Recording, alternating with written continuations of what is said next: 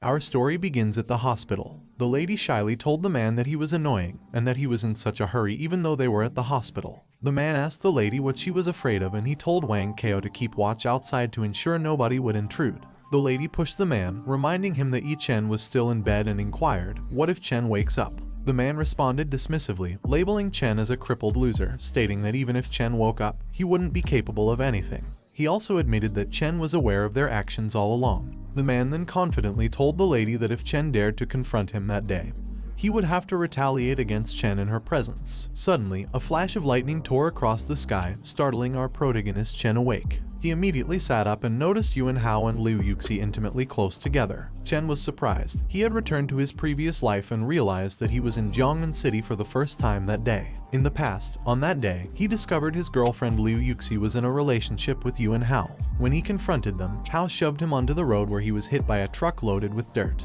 Even though he survived the accident, he was left with a lifelong disability. His father approached the Yuan family to seek justice for him, but they viciously beat his father to death. Upon hearing the news, he succumbed to despair and died. However, the heavens did not abandon him. His soul crossed over to the immortal world where he experienced 3,000 years of cultivation. Reaching the realm of Mahayana, he dominated the world and the 8 realms. He was revered by countless people as the immortal emperor of Xuanchen, yet the humiliation of his past and his father's tragic death were burdens he couldn't shake off. After failing to overcome the tribulation, his body perished. He never anticipated that he would return to that fateful day, but he knew that the day had just begun.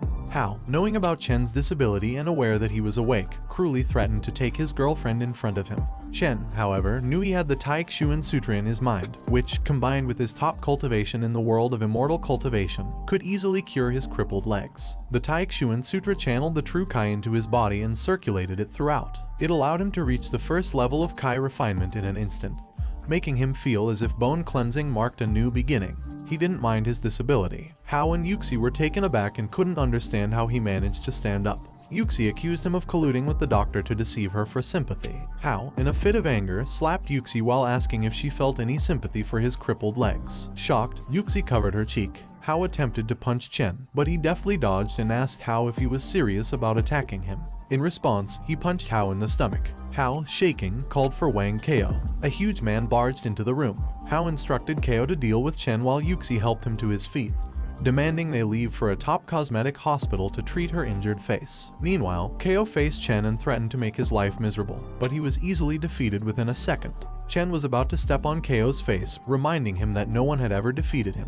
An hour later, Chen left the hospital. As the immortal emperor of Xuanchen, he knew that in his world, no one could harm him or his family. He vowed to make Hao and Yuxi pay for their actions. Later, inside the car, he remembered the incident from earlier that day. A woman named Chu Bingyu swerved her car to avoid hitting him, crashed into a barrier, and was seriously injured. She later died in the hospital. He stepped out of the car and stared at the hospital, acknowledging that he was to blame for what had transpired. He resolved to visit Bingyu to settle the matter. Inside the hospital, Bingyu's doctors and parents were engaged in a deep conversation. Bingyu's mother, in a state of panic, asked Dr. Chen about her daughter's condition. Dr. Chen replied that Bingyu's situation was unusual. The injuries from the car accident weren't critical, yet Bingyu was suddenly experiencing organ failure. Each test indicated that she was nearing the end of her life. How could this be? Bingyu's mother asked fearfully. Bingyu's father pleaded with Dr. Chen to save their daughter, assuring him that the Chu family would spare no expense. Dr. Chen shook his head, telling them that despite his decades of experience in saving countless lives, in his judgment, not even a divine power could save their daughter now. The news left Bingyu's parents dumbstruck. They couldn't believe their daughter's life was ending at just 20 years old. Feeling helpless, they were overcome with fear and sadness. Suddenly, Chen arrived and questioned who had made such a hopeless prediction about Bingyu's condition. Bingyu's mother, raising her voice, accused Chen of being the one who caused the accident. She remembered him from the footage, dashing into the road and causing Bingyu to swerve and hit an obstacle. Bingyu's father, seething with anger, asked Chen if he was there to face their wrath. Chen admitted his involvement in Bingyu's accident and declared that he was there to save her. Dr. Chen dismissed him as a delusional liar and ordered him to leave, then advised Bingyu's father to start preparing for his daughter's funeral. Chen, unfazed, mocked Dr. Chen and accused him of being cruel for declaring a still living person dead. He then told Bingyu's parents about her cold constitution, a condition she was born with that caused her temperature to drop daily from 3 a.m. to midnight until she was 10. Although it might have improved after that, he asked them if it still happened every 5 days. Bingyu's mother confirmed his accuracy and asked him how he knew, but Chen deflected the question. He instead asked them for their permission to enter Bingyu's room and treat her. After a moment of speechlessness, Bingyu's father agreed, entrusting his daughter's life to Chen. Chen entered Bingyu's room, requesting solitude during the treatment and instructing the parents to wait outside. Observing Bingyu, he noted her beauty and thought it would be a shame if she were to die. He unzipped Bingyu's dress and began treatment, assuring her that his intentions were purely to save her. Chen noticed that Bingyu's cold constitution seemed unnatural and suspected a frost-venomous pest was at play. He understood that the weaker the host, the stronger the poison.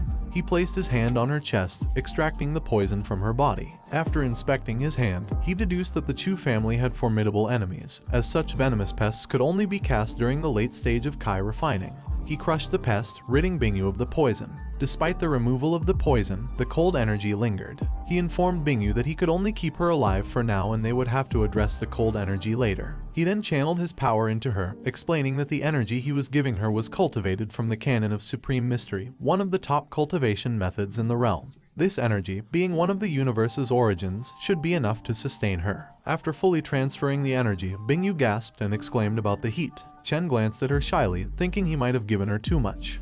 A minute later, Bingyu's voice echoed throughout the hospital due to her panic. She asked him who he was and what he was doing to her. He reassured her not to misinterpret the situation and explained that he was there to save her. However, Bingyu retorted angrily, asking who on earth would undress someone to save them. Bingyu's parents and the doctor, hearing her cries, barged into the room immediately. Her mother rushed to embrace her, confessing how she had feared losing her daughter forever. Meanwhile, the doctor checked her pulse and was astounded to tell Bingyu's father that all of her failing organs had returned to normal functioning. The doctor then turned to Chen, expressing his admiration by proclaiming that even Yama, the god of death, would be baffled by his medical prowess. He bowed to Chen, admitting his previous disrespect. Chen responded kindly, stating that everyone has their limits, and it was understandable to doubt him. The doctor praised Chen's godlike medical skills and proposed to honor him as his mentor, expressing a desire to learn from him. Chen considered the scarcity of energy in that world and the difficulty of cultivating an internal core. He figured that it might be better to utilize external pills first to enhance his abilities. He handed the doctor a card, telling him there was no need for honor. However, there were a few items he needed, and if the doctor could procure them, he would be willing to teach him a few tricks. Gratefully accepting the card, the doctor pledged to exert every effort to fulfill Chen's request. Even if he failed to become his apprentice, the doctor felt it would be an honor to learn from Chen.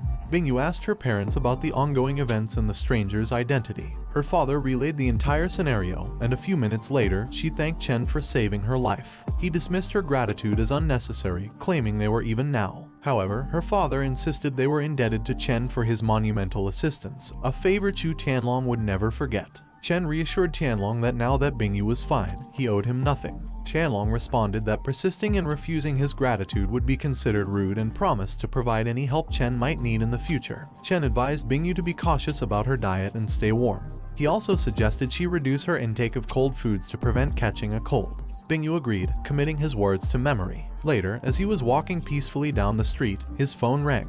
He answered it, and his father asked him why he had taken so long to pick up, inquiring whether he had arrived in Jiangnan to see Yuxi. Chen apologized for not answering sooner, informing his father that he had met Yuxi, but they had parted ways. His father told him not to force himself if they weren't compatible. However, he urged Chen to compose himself and not succumb to sadness. Moreover, his father requested him to visit his Uncle Deng and Auntie Zhang when he had time, as they had cared for him greatly during his childhood. Chen assured his father he would visit. In the past, he had stubbornly insisted on being with Yuxi, which had led to his life going downhill. However, after 3,000 years, he was finally able to heed his father's advice. He used to find his father's words irritating, but now they brought him warmth. Subsequently, he decided to do some shopping at the mall. Later, he arrived at the place where Auntie Wang resided. He remembered how kind Auntie Wang had been to him in his past life and felt that, after 3,000 years, it was time to repay her kindness. However, he noticed a man observing Auntie Wang's building. One of the men informed Jai that Wang Zuan lived in apartment number 303, and reminded his companions that Wang Zuan was wealthy and they should ask for more interest, or they'd have to answer to Brother Hu. Chen confronted the men, surmising that they were causing trouble for Auntie Wang. However, Jai only smiled and warned Chen to prepare himself for trouble, as Wang owed them 5 million. Jai threatened that if Wang failed to repay the debt that day, he would harm her entire family, including Chen. Upon hearing this, Chen was enraged. He kicked Jai away, startling Jai's companions. Jai crashed into a garbage bin filled with trash. Chen warned Jai's men that if they left immediately, he would spare their lives. Then, a minute later, he arrived at his aunt's apartment and rang the bell. Wang opened the door and was surprised to see him, prompting her to ask why he was in Jiangnan. He replied that he was there for an internship, so he came to visit her and his uncle. His aunt happily informed him that now that he was there, she would prepare some of his favorite foods. Then, Wang called her husband, Lao Deng, to inform him that Chen was there. Deng rose from his seat and offered one to Chen, mentioning that they hadn't seen each other for a few years. Deng asked about Chen's father, to which Chen responded that his father was working in a shoe factory. Deng reminded him that he came from a poor family, urging him to work harder to lighten his father's burden.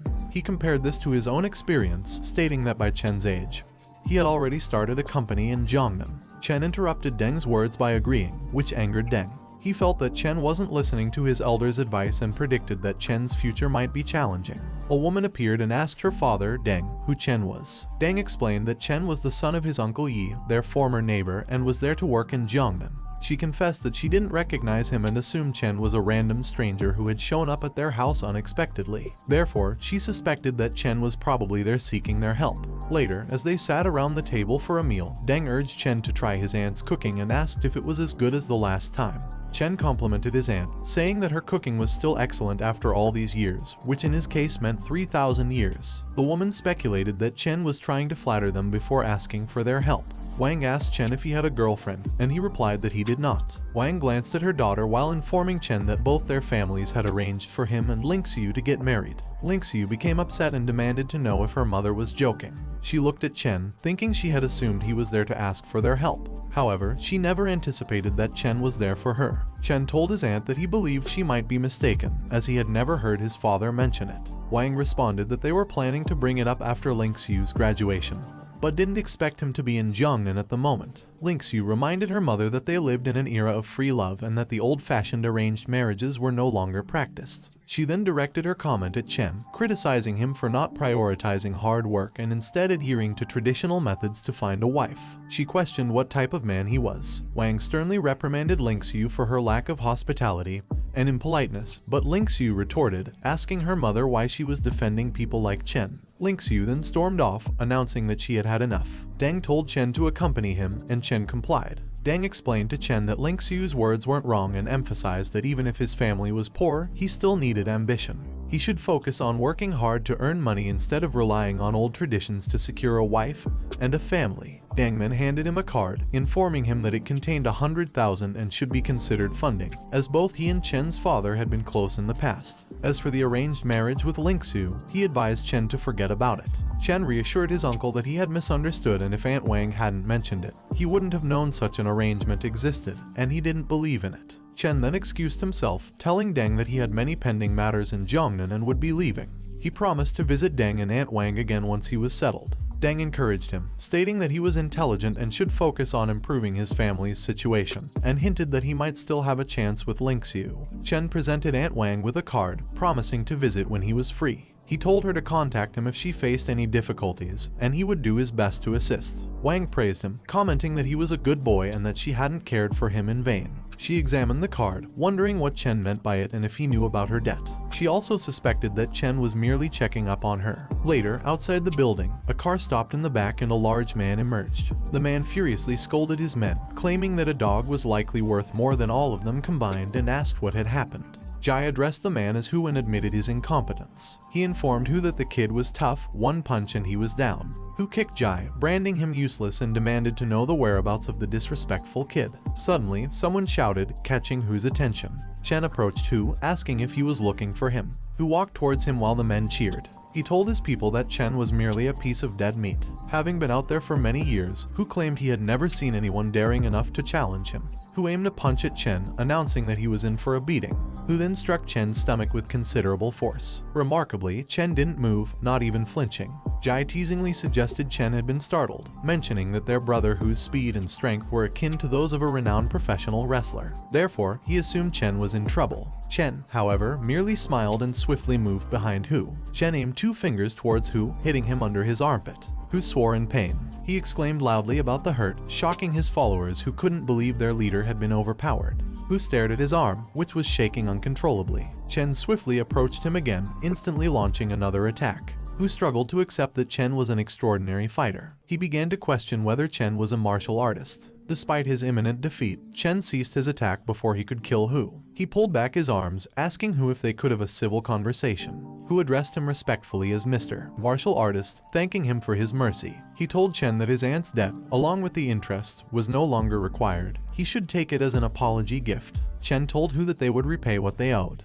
He asked Hu why his aunt Wang was in debt. Hu explained that Wang's company was in financial trouble, and she needed money to cover its debts. Chen mused that the energy on the blue star was thin, making it unlikely for a cultivator to emerge. He needed more information, so he asked Hu to clarify why he'd called him a martial artist earlier. As Hu was explaining, Ling Xiu spotted him with Hu. Ling Xiu suspected he was living off women and mingling with gangsters, predicting he would end up in jail. After Hu finished sharing what he knew about martial artists, he told them they could leave. Jai suggested to Hu that, even if the kid was good at fighting, there was no need to treat him so kindly. Hu, however, told Jai that if his guesses were accurate, Chen's existence paralleled that of Master Lei. Lei, who was Hu's boss, headed the entire underworld of Jiangnan City. Jai was stunned to hear that the youngster they'd met was on par with their master, Lei. In Chen's apartment, he contemplated what Quan Hu had explained. Martial artists in this world were categorized into light energy, dark energy, transformation energy, and mastery. As per his knowledge, a 4th level Kai refining cultivator equated to a light energy martial artist. In cultivation, there were 9 realms: Kai refining, foundation establishment,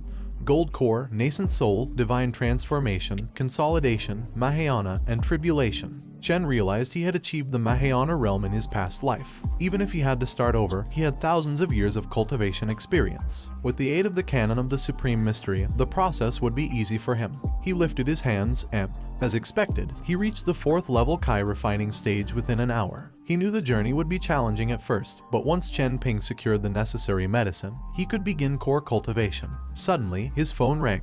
The caller was Bingyu. She explained she had just arrived in Kaianchuan and knew it might be difficult for him to find a rental property. She had a vacant house and offered it to him if he didn't mind. He accepted and asked her to send him the address. He also told her he would rid her of the cold energy in her body. Later, Bingyu asked if he was satisfied with the place. He replied that he didn't have many demands. She then asked when he would remove her cold energy. Unaware of a passing girl, he suggested they do it immediately, advising Bingyu to remove her clothing.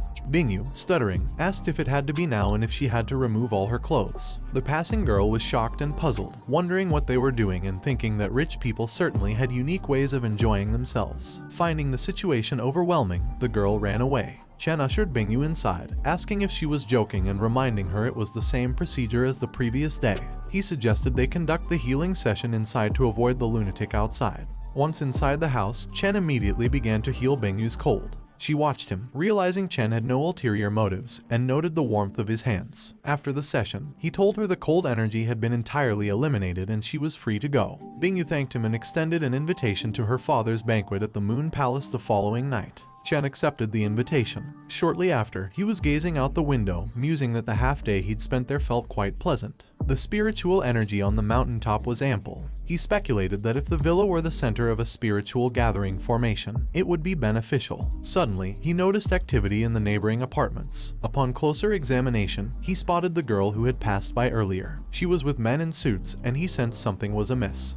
The man touched the girl, named Ning Qiui, on the mouth and asked her why she couldn't just be obedient, and why she felt the need to make him force himself onto her. The man also told Qiui that he had slept with many who were more famous than her, so she should stop playing the innocent card. The other men in the suite called the man Director Feng and asked him why he wouldn't share Qiui with them after he had gotten a taste of her. The other men agreed, to which Feng replied with a smile that they should all do so. Feng ordered the man to position the camera, promising that once he got a good shot of that scene, she would have to obey them, to which the cameraman agreed. One of the men was about to close the curtain, but he noticed Chen looking at them. The man informed Feng that there was someone outside and that he had seen them. Feng ordered his people to grab Chen and bring him inside. They initially told him that they would pay him to keep the matter private, but Feng changed his mind and ordered his people to kill Chen, promising to pay them $1 million afterwards. The man agreed, but before they could reach him, Chen broke the window to enter the room. Chen accused Feng of being shameless for drugging a woman and yet still considering murdering him. He asked Feng if he really thought that he hadn't heard what was said, and told him that he would pay for his actions. The men fearfully asked Chen how he had gotten inside.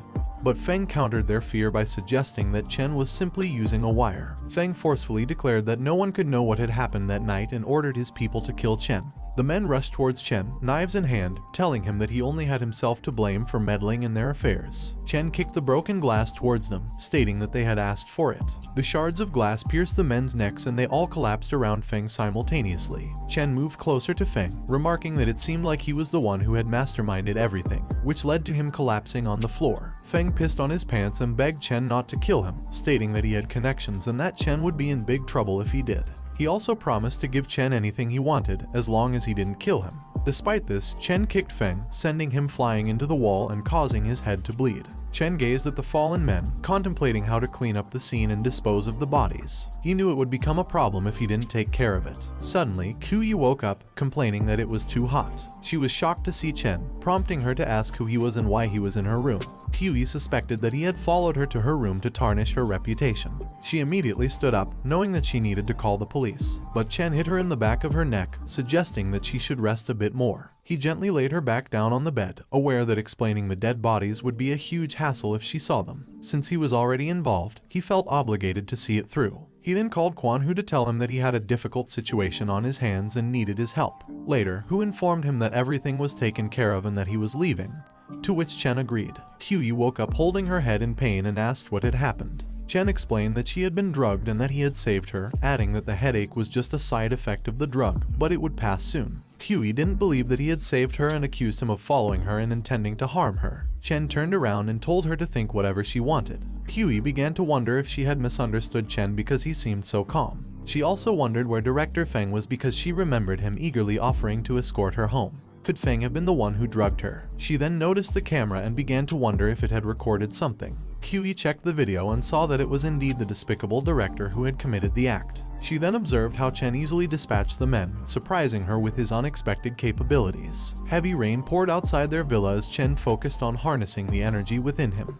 He relished the presence of spiritual energy, speculating that had he been in his previous location, stabilizing the realm would have taken up to 10 days. Chen knew that once the pill was cultivated, he could complete the evolution process with the aid of the spiritual gathering formation, and then progress into the late stage. He was also aware that his tribulation failed in his past life not solely due to his inner demons, but because he advanced too hastily, causing his foundation to collapse. However, he was determined to build a strong foundation in this current life. Suddenly, his doorbell rang. Upon opening the door, he asked the woman standing there what she needed. Huey explained that the heavy rain and thunder, along with the day's events, had left her frightened. She requested to stay the night. Chen asked her whether she no longer thought of him as her harasser. She shyly admitted that she had seen the recording. She informed him that she had a photo shoot the next day, and she promised to return home in the morning, assuring him that she wouldn't be a bother for long. Chen agreed to let her in, and Qi expressed her gratitude, calling him a good person. After they had cleaned up, Qi confessed it was her first time entering Villa number 1. The Chu family normally reserved it for guests, not for sale, so she was surprised that Chen had managed to acquire it. He revealed that he hadn't bought it, but had helped the Chu family, and so it was gifted to him. Chen told her that if she intended to sleep there, she should keep quiet. Qi agreed, promising not to make any noise. As they lay in bed, Qi felt oddly comforted by Chen's presence. She apologized for her previous misunderstandings, but he dismissed it and suggested they sleep. Excitedly, Qi asked Chen if he was an assassin, having seen him practicing his moves. She queried how he managed to cross such distances in flight, awed by the spectacle. However, Chen didn't respond. She asked if he had already fallen asleep and how an assassin could afford to let his guard down. Above all, she demanded to know if he found her uninteresting. The next morning, Chen woke up to find Qi had left early. He mused on the demanding life of an actress. He knew he needed to head to his internship and establish a mortal identity in this world. As he prepared to leave, he discovered breakfast made by Qi along with a note thanking him for his kindness and promising to repay his generosity. She had also left her personal phone number, urging him to call her anytime. Later at Jiaran Food Inc., he entered the lobby. The receptionist directed him to the planning department for his internship, which he accepted. He overheard the chatter of colleagues speculating that he was Yuxi's abusive boyfriend, accused of burning Yuxi's face with cigarettes. They lamented the situation, unable to believe Yuxi could be with such a man. Yuxi's friend urged her to leave Chen, labeling him a broke, useless worker from a small town who was now abusing her. She reminded Yuxi about young Master Yuan, who drove her to work in a Porsche, suggesting that Hao was a better match, especially given his father's status in the Education Bureau. Yuxi retorted, insisting she and Hao were just friends. Chen paid them no mind. However, Ping, Yuxi's friend, angrily vowed to teach him a lesson. She approached Chen, admonishing him for taking Yuxi for granted and accusing him of abusing her, evident by her bandaged face. Ping tried to make him realize his unworthiness of Yuxi, but Chen dismissed them as brainless and accused Ping of being easily deceived. He noticed that Yuxi had begun playing the victim even before he set foot in the company. Tearfully, Yuxi confronted Chen, saying she didn't mind if he used her money or abused her. She had worked hard to secure his internship, hoping it would put him on the right path. But she questioned why he would humiliate her friend on his first day of work and if he considered her a pushover. Ping labeled him as shameless. Their altercation was interrupted by a man demanding to know why they were all gathered and not working. The manager of the planning department, Chen Kun, asks Yuxi why she is crying. Kun softly asks Yuxi what happened to her face, and Yuxi, crying, replies that it was nothing. Ping whispers everything to Kun, making him surprised that something like that had happened. Kun wonders what would happen if he shames Chen and makes Yuxi feel so ashamed of Chen that she would break up with him and accept Hao. Kun knows that they managed to make a couple of deals due to Chen even before Yuxi dated Hao, so if they actually became a couple, they would be able to get more deals. Until then, the planning department will be doing better than ever, so Kun thinks he has to get rid of Chen for the good of the department. Kun tells Chen that he knows what happened between him and Yuxi, and what surprises him is that a girl as capable as Yuxi would get together with someone like him.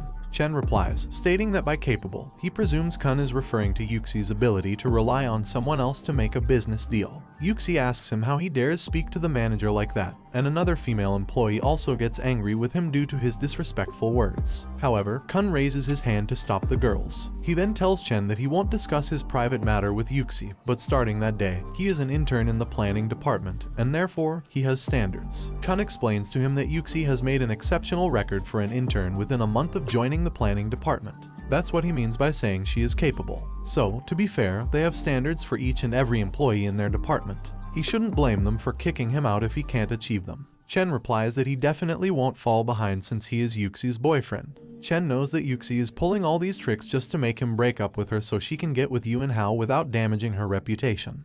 But he won't let that happen. Yuxi angrily tells him that he is doing this just to disgust her, but she'll see how he performs his task as a low-life worker from that small town. Kun tells him that Yuxi trusted him so much, it seems he has to give him a challenging task. Yuxi's expression immediately changes when she hears it and tells Kun that she is sure Chen will do great. Kun tells him that one of their main jobs in the planning department is to promote their company's products. However, now, Jiaran is missing a brand ambassador, and the seniors in the department have talked to multiple celebrities and influencers from Jiangnan. But there was never a suitable one. Even Yuxi has failed the task. So, since he thinks he is more capable than Yuxi, Kun hands him the task. But he only has 3 days. Chen teasingly asks them if a celebrity is all they want and tells them that it's an easy task. Ping tells him not to make her laugh with his little confidence, as she has been working in the planning department for 3 years and has never seen a newbie succeed, yet he thinks it's easy. The other girls also tell him that they have never seen such an oblivious dummy. Chen calls someone and introduces himself as her neighbor, Chen. He tells the person on the other line that he is in the planning department of Jiaran Food Inc., and there's a collaboration he wants to talk about. The person on the other line replies to wait for her and that she'll be there soon. Chen tells them that it's done and they are on their way, but the girls don't believe him. They teasingly ask him if the celebrity is his employee and that he should see a doctor because he is delusional. Ping tells Yuxi that Chen is only good at acting and she should break up with him. Yuxi replies that she never thought Chen would change into someone like that, and she'll go talk to him. Yuxi pulls Chen aside, telling him that he should follow her. Before they completely leave, Ping tells Yuxi to break up with Chen and not to trust all his sweet words. Yuxi tells Chen that he was good to her back then, but asks him why he can't see things from her perspective now. She tells him that she has a bright future there and if they found out that she cheated, she couldn't continue to work there. She asks him if he can't just end things with her. Chen tells her that she is the one who cheated, yet he has to be the one protecting her reputation and breaking up with her. Then, he teasingly asks her if he looks like an idiot to her. Yuxi furiously asks him if he thinks he was innocent in all that and tells him that if it wasn't for him being broke, she wouldn't have cheated. She starts to ask if he really does love her, but before she can finish her sentence, Chen punches the wall behind her, causing her to recoil in fear. Chen tells Yuxi that she is the one who messed up, so she shouldn't expect him to be the thoughtful one. He firmly tells her to remember that she doesn't deserve it. Then, Chen turns around, telling her to stop bothering him from now on or else she'll regret it. Despite this, Yuxi tells him that if she can't have a good life then he won't. And once his D-list celebrity arrives, she'll make him feel embarrassed. Later, Ping asks Yuxi how it went. Yuxi, crying, replies that she never thought Chen would change and that she has decided to break up with him. Ping supports her decision and tells her that she should have made that decision years ago, and that she should get together with Hao because Hao treats her much better. Suddenly, Qi arrives with her bodyguards, causing the people to panic. They wonder why a popular celebrity like Ning Qi would be there, and others tell Qi that they are her fans. Kun immediately approaches Qi, introduces himself, and asks her if she was there to talk about the collaboration. Qi replies yes. Kun knows that Qi is an A-list celebrity, and he suspects that it's probably Hao's effort to get her there. Kun can't believe it and tells Qi that she can head into his office and they can talk. Kun knows that if they can sign a contract with such a famous celebrity, the bonus would be tripled, so he must seize that chance. But then, Qi walks past him, leaving him confused. Qi sweetly touches Chen's shoulder, asking him how it went and if she was fast. Chen replies that it was alright and he won't say she was slow. Then, Chen told Qi that their company was missing a brand ambassador, and asked her if she wanted to do it, to which Qi immediately agreed. Kun couldn't believe that Chen was the one who brought Qi there, and Ping couldn't believe that Qi had agreed so easily either. Yuxi said that it was impossible and asked why she didn't know that Chen knew such a celebrity. Then, Yuxi remembered that Chen had mentioned that Qi was his neighbor when he was on the phone. She had heard that some celebrities lived in modest houses just to avoid the paparazzi, so she assumed Chen had managed to rent a house next to a celebrity. Chen told Kun that the collaboration was arranged, so they could discuss the fees a bit. Kun told Chen that the company's budget was only around a couple of $100,000 and he feared that a celebrity like Qi might be too expensive. Yuxi angrily told Chen that their manager Kun had only asked him to invite a normal celebrity, but instead, he had Qi, an A-list celebrity, over. Then she asked him if he had ever considered whether the company could afford the collaboration. Chen replied that today was his first day at work, so he didn't know that their company was in financial trouble. Qi told them that usually, her collaboration fees were quite high, starting from 5 million, but she had never mentioned wanting any collaboration fees from them. This revelation surprised them, as Qi wasn't asking for any collaboration fees. Qi told them that one couldn't compare a mere 5 million to Chen's job and they should consider it a boost for Chen's sales. She told Kun that he could discuss further details with her assistant and that she was going out to have lunch with Chen now. To this, Kun nervously replied, "Alright." Chen told Qi that she was probably tired from rushing there, so they should go, and he would treat her to lunch. Qi asked him what he meant by his treats when she should be the one treating him to lunch because he was the one who saved her life. After they had left, Kun said that Qi had mentioned a mere 5 million and angrily asked what made Chen so deserving. Ping thought Qi must have been lied to by Chen and it was easy for him to manipulate another girl, as he was known for gaslighting. Yuxi asked Chen how he could have the audacity to say that she was the one who betrayed him when he was the one who betrayed her. She also thought that Qi would never want someone like Chen, who was broke, and Qi must have been lied to. She told Chen to wait until Qi found out because the consequences that Chen would face were going to be much worse. Later, Qi told Chen that if he needed anything, he could just call her anytime and she would be going back to work, so they would see each other at home that night. He replied, "Okay," and thought that Qi spoke as if they were going back to the same house that night. When he was about to return, his phone rang. He answered it, and the person on the other line told him that the banquet was starting soon, and asked if he needed a ride. He replied affirmatively and gave his current address. The person on the other line asked him if he needed any styling or new clothes because she could arrange it for him. He declined, saying it was too much of a hassle, and asked if he should take it as Bingyu being embarrassed by him. Bingyu asked back why she would be when Chen was their family's special guest, and told him to wait a moment as she would be there in 10 minutes. An hour later, in the high-end hotel, Moon Palace, Yuxi was amazed to enter the most luxurious hotel in the entire Jiangnan city with Yuan Hao by her side. She told Hao that he was so cool and even big families like the Chu family would invite him to their banquets. Hao replied, of course, and with his father's reputation, he was still quite a figure in Jiangnan. Suddenly, Yuxi saw Chen sitting and asked if it wasn't Chen. She looked closer and confirmed that it was Chen, making her wonder how Chen had managed to get in.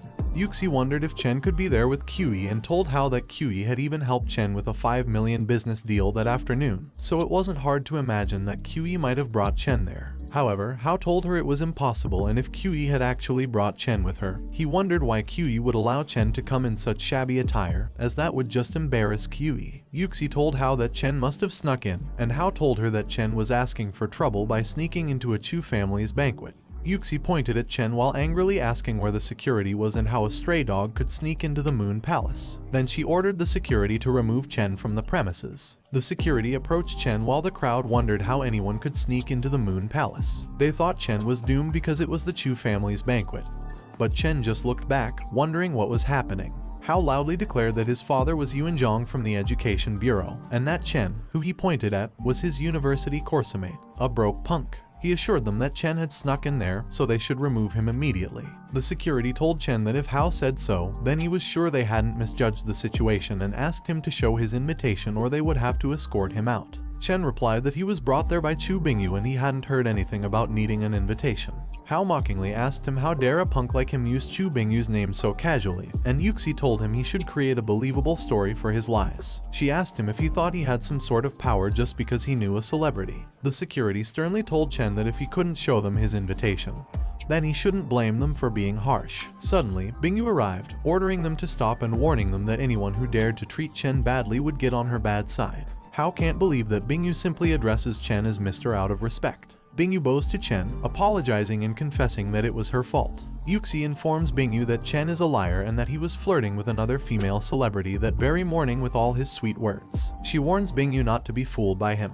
Bingyu retorts, telling Yuxi that she doesn't need her to describe what kind of person Chen is. She also advises Yuxi to take a good look at herself before pointing fingers at others. Following this, Bingyu orders the security personnel to escort Hao and Yuxi out. Hao tries to reason with Bingyu, informing her that his father is Yuanzhong from the Education Bureau and they were invited by the Chu family. However, Bingyu counters, saying that it seems Yuanzhong never informed Hao about the intention behind that night's banquet. She instructs them to go home and inquire about it from his father. Subsequently, the security personnel escort them out of the hotel. Despite being in pain, Yuxi questions what kind of spell Chen has cast on Bingyu and what makes him qualified to be there. Hao calls his father to ask about the purpose of the Chu family's banquet. His father explains that one of the intentions of the banquet is to celebrate Bingyu's recovery and to thank the person who saved her. Apparently, that person's last name is Yi. Yuxi asks Hao what his father said. Hao replies that according to his father, the Chu family banquet was organized to thank someone who saved Bingyu, and that person's last name is Yi, suggesting it could be Yi Chen. Yuxi exclaims that it's impossible, stating that Chen was in a car accident when he arrived in Jiangnan City. She wonders how Chen could possibly have saved Bingyu. Hao suddenly recalls that there was an Audi that crashed into a pier on the day of Chen's accident and posits that Bingyu might have been in that car. Yuxi asks if it's true that Chen saved Bingyu and if that means Chen is now wealthy. Hao scoffs, replying that the whole banquet is just for show and questions who would remember a minor character like Chen after the night. He angrily vows that once the incident dies down, Chen will have to pay for what he's done. Meanwhile, inside the Moon Palace, Bingyu informs everyone that Chen is the guest of honor that night, insisting they treat him well or face her wrath. The guests acquiesce, understanding her point. Bingyu then addresses Chen, stating that all the dignitaries from all corners of Jiangnan City are there to thank him and asks if he would mind revealing himself. He agrees without hesitation and they set off. While walking, Bingyu reflects on Chen's composure, surprised that an ordinary person like him isn't fazed being among Jiangnan's dignitaries. She agrees with her father's assessment that Chen is indeed talented.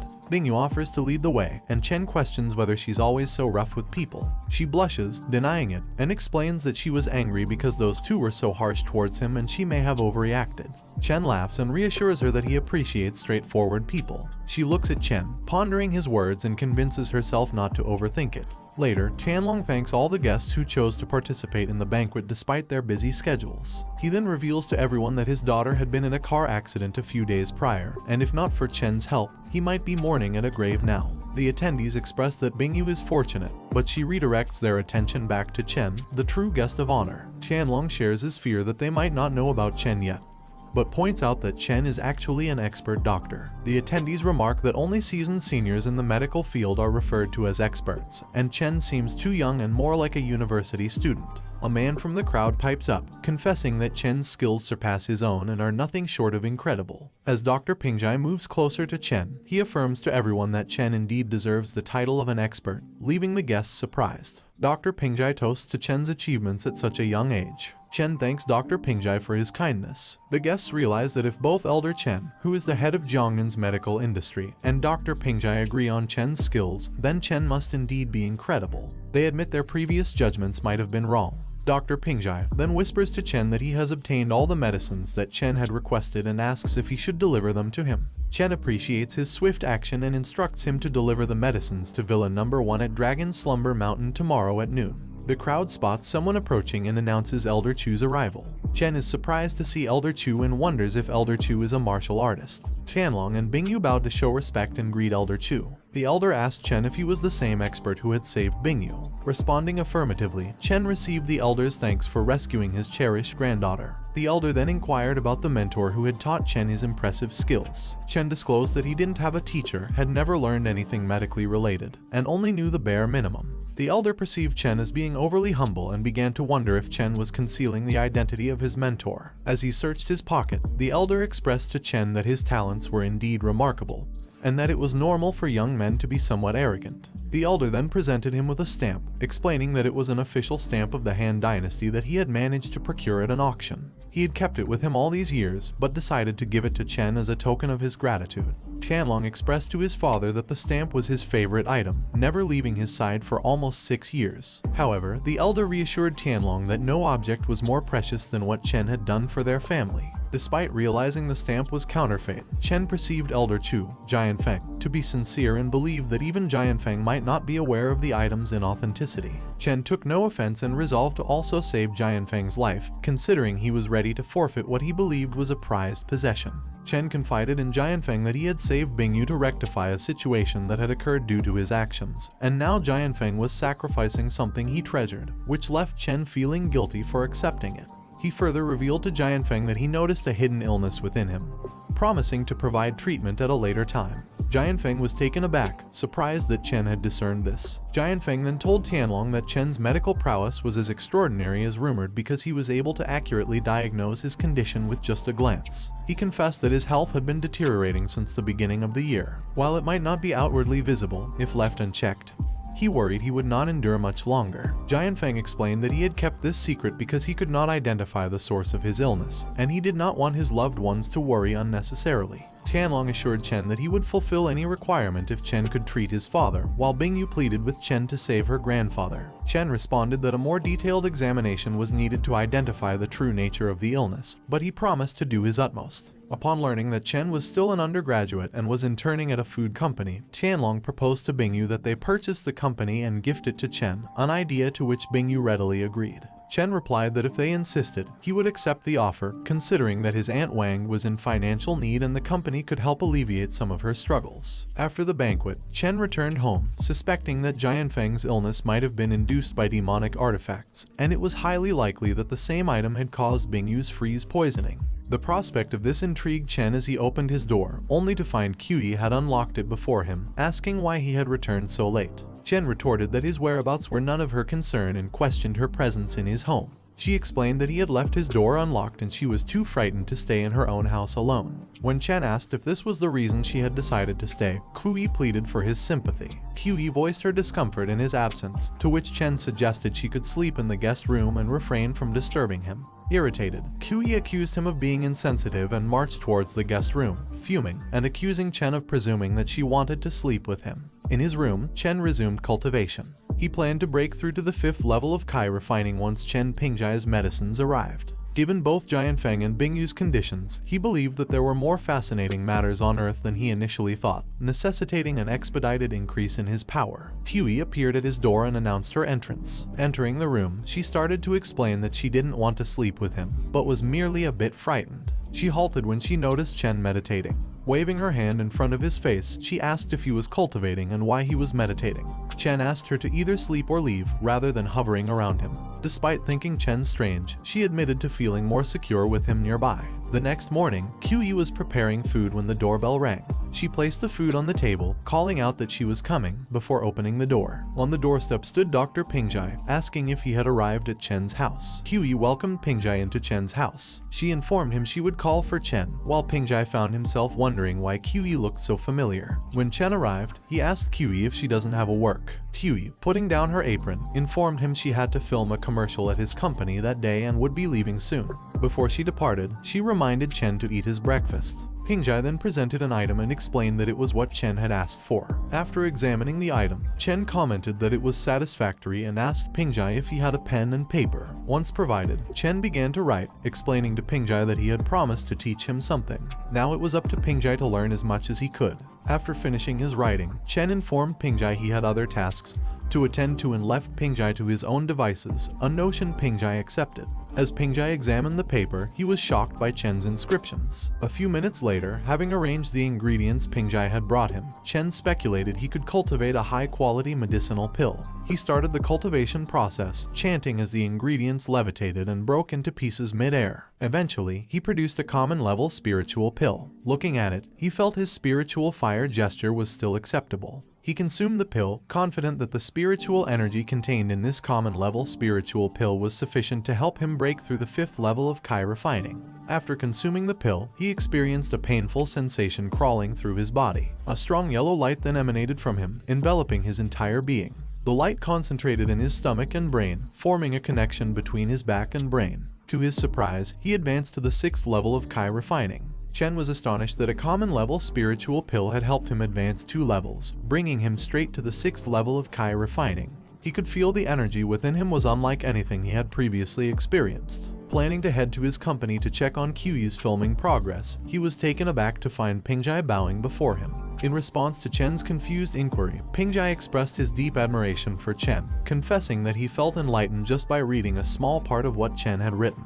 Despite considering himself unintelligent and potentially unable to meet Chen's standards, Pingjai was prepared to acknowledge Chen as his teacher. Chen reassured Pingjai, emphasizing that his insights were simply his views on the medical field and not as sacred as Pingjai had perceived them to be. While he doubted they could have a teacher-student relationship, Chen encouraged Pingjai to ask him any questions about anything he didn't understand. Pingjai responded by pointing out a line in Chen's writing that puzzled him. Later, at the company, the former chairman of Jiaran Food Inc., Zhu Ming, informed Chen that Jiaran was now under his control. Chen commended the Chu family for their swift action, but asked Ming to keep his chairmanship confidential for the time being.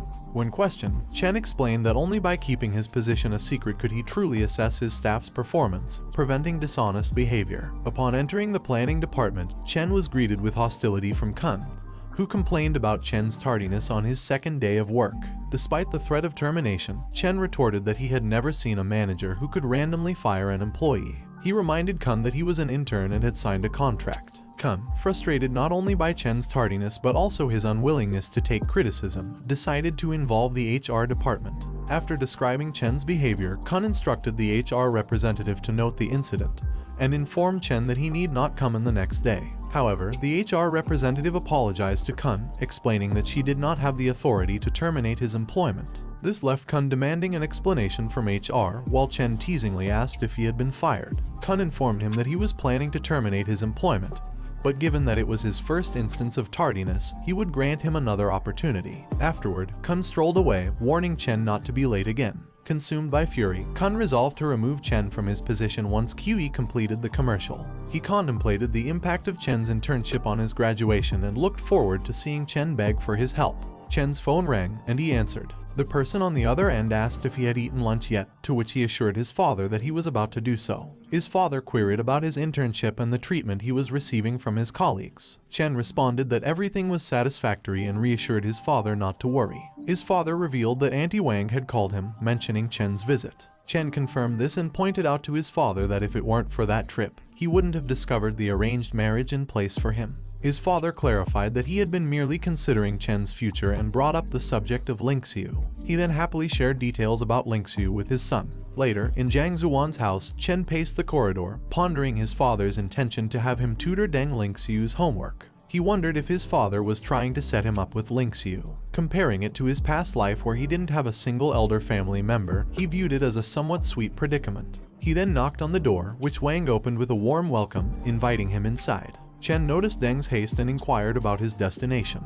Deng explained that the renowned actress Ning Qi was collaborating with Jiaran Food Inc., a small local company. Such an unlikely partnership was sure to create news. He had scheduled an appointment with the marketing manager later that afternoon, given his role overseeing the entire project. Deng wished Chen good luck with tutoring Lingxiu and promised to treat him after his work concluded. He bid his uncle farewell and asked Auntie Wang if Lingxiu was home. She informed him that Lingxiu was in her room doing homework and suggested he go straight in, while she prepared some fruit for them. As he approached Lingxiu's room, he noticed a note instructing not to disturb her studies. He knocked, and Lingxiu invited him in. Before he could sit, she clarified that she had conceded to the tutoring solely because she couldn't resist her mother. Lingxiu asserted 3 conditions. Firstly, their discussions should remain purely educational, with no personal topics.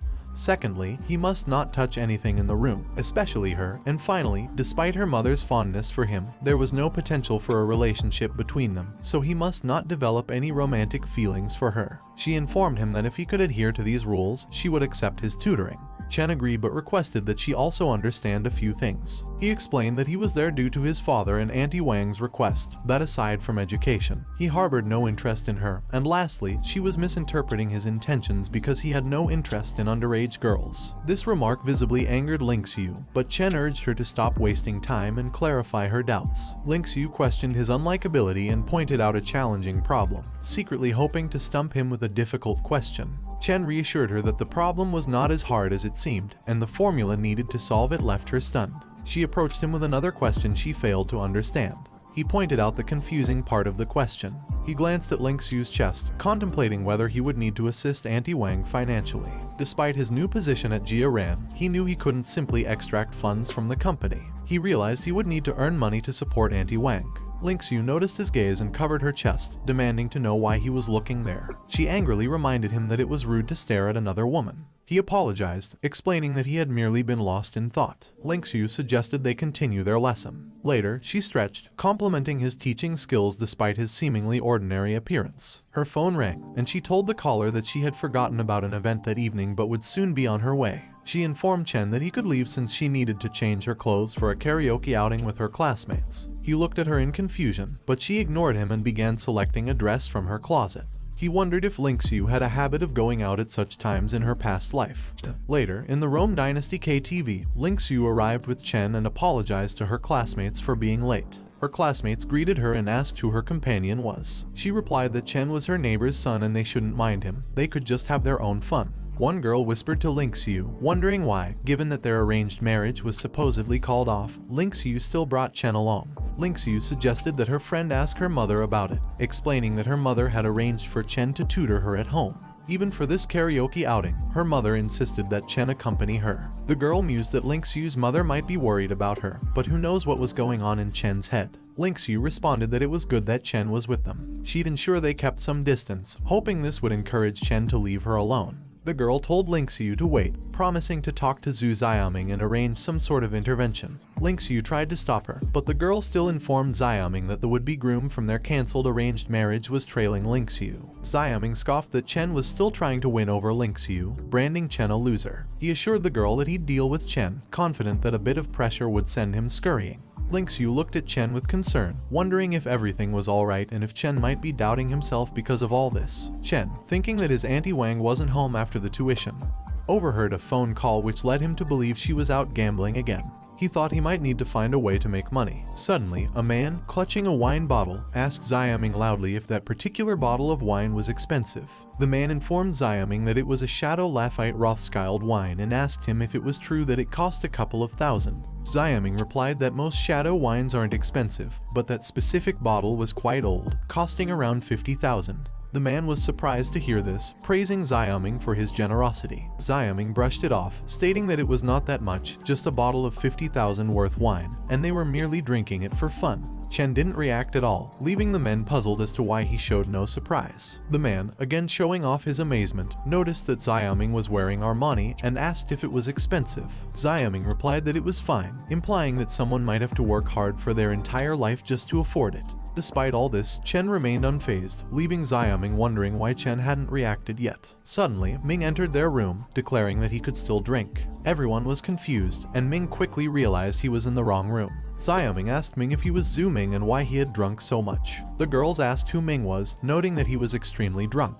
A man commented that Ming could barely walk straight. Xiaoming told his friends to shut up and explained that Ming was a friend of his father's, and quite an influential man. Ming told Xiaoming it was alright, that he was just really happy. Xiaoming grabbed Ming's hand, intending to take him home.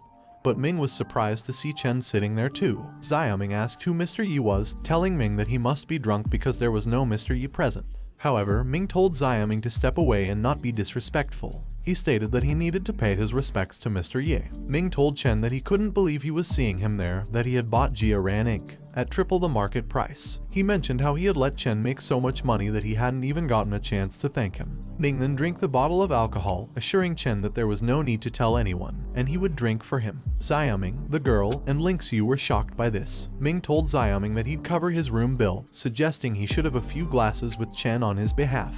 Ming then headed for the door, telling Chen that he was leaving. The girl stared at Chen, completely confused. One girl asked Ling Xiu what was happening, pointing out that Chen was supposed to come from a small town. Ling Xiu replied that she didn't know either. Xiaoming asked what was so surprising, dismissing the incident as Ming merely being drunk and confusing Chen for someone else. The girl told Ling Xiu that she was going to the restroom and asked Ling Xiu to accompany her, which Ling Xiu agreed to. Chen started to follow them, but Xiaoming blocked his path, questioning where he was going and if he intended to follow the ladies to the restroom. Xiaoming then derisively called Chen a puppy, but Chen calmly ordered Xiaoming to step aside. Another man angrily told Chen that he'd been mistaken for someone else and didn't even have the nerve to correct them. Now, he was showing attitude towards them. Suddenly, they heard a loud scream, and he knew that it was Ling Xiu. Ling Xiu, with fear in her eyes, asks the men what they want. One of the men, in a teasing manner, inquires why they are so nervous. He tells them that their brother Hai merely wants to get acquainted with her, suggesting she should take the hint. The girl warns the men not to try anything funny, for they are not alone, they have men with them. Ling Xiu concurs, telling them bluntly to back off. However, the man retorts, saying that it doesn't matter who else is there, he's the boss. If he doesn't permit it, nobody can leave that day. As Ling Xiu reaches for her phone, threatening to call for help if they make another move, the man abruptly snatches it away, telling her it's futile. He then commands his henchmen to take the girls. Panicked and fearful, the girls are grabbed by two of the men. Hai silences Ling Xiu with his hand while another man comments on her delicate appearance. As Hai bends Ling Xiu over, he contemplates taking his chances with her. Suddenly, a voice calls out, berating the men for their shameless act of ganging up on a lady. Hai and the boss turn around and see Chen, asking who he is. He jests that he is, technically, their great-great-grandfather, before launching into an attack, freeing the girls from the men's grasp. He checks on Ling Xiu, who remains silent in shock. The boss angrily asks Chen how he dare interrupt Hai's business, warning that he won't leave alive that day. Hai calls his gang and orders them to the restroom. Ling Xiu thanks Chen for his intervention but expresses her fear of their overwhelming numbers. Chen reassures her, reminding her of his promise to Auntie Wang to protect her. He insists nothing will harm her. The boss, impressed with Chen's fighting skills, taunts him and invites him to try more. Chen retorts that it doesn't matter how many people the boss has, he should forget about touching Ling Xiu. Overwhelmed by his protective gesture, Ling Xiu calls out his name. An infuriated Hai questions Chen, asking if he knows who he is. He tells Chen to contemplate his impending death before further provoking him. Chen, unafraid, reaches out to Hai, grabbing the hand he threatened Ling Xiu with. Chen then crushes Hai's hand, telling him to bid his right hand goodbye. As Hai cries out in pain, he orders his gang to kill Chen. The men attack in unison, frightening the girls. Ling Xiu, worried for Chen's safety, contemplates how to escape and seek help when Chen effortlessly dispatches his attackers. The boss can't believe what he's seeing, despite being outnumbered 20-1. Chen prevails with a single counterattack. Another girl asks Ling Xiu if Chen has received any training. Ling Xiu admits she doesn't know. Hai, recovering from the shock, questions Chen's identity again. Before he can finish, Chen lunges at him, grabbing his neck tightly. With fury in his eyes, he asks Hai if he has any other brilliant ideas. Well guys, that's the end of the video. If you like this video, comment part 2 in the comments section. Also subscribe to the channel. Hit the bell and like the video. Thank you for watching and see you next time again.